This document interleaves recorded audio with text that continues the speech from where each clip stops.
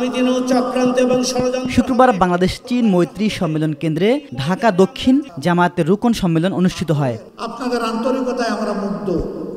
এই সময় জামায়াত ইসলামের আমির ডাক্তার শফিকুর রহমান বলেন, জামায়াতের রাজনীতি হবে মানুষ ও মানবতার কল্যাণে। জামাত নেতাদের কোনো বেগম পাড়া বা পিসি পাড়া নেই।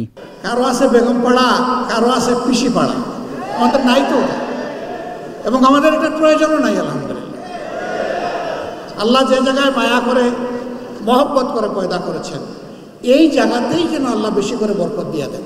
জামাত আমির বলেন, গত 15 বছর বিচারের নামে যে প্রহসন দেখেছে দেশ, সে ব্যবস্থার অবসান চায় জামাত।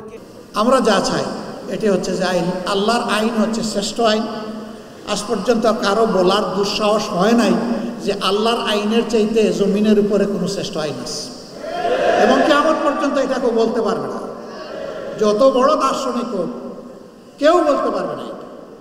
তো শ্রেষ্ঠ আইন যেখানে আছে সেখানে শ্রেষ্ঠ আইনের প্রয়োগটাই আমরা চাচ্ছি, এর বেশি কিছু চাই না। গত 54 বছরে বাংলাদেশের একজন নাগরিকের প্রতিও জামাত ইসলামী অবিচার করেনি বলেও জানান ডাক্তার শফিকুর রহমান। আমাদের সমস্ত রাজনীতি হবে মানুষের জন্য, মানবতার জন্য।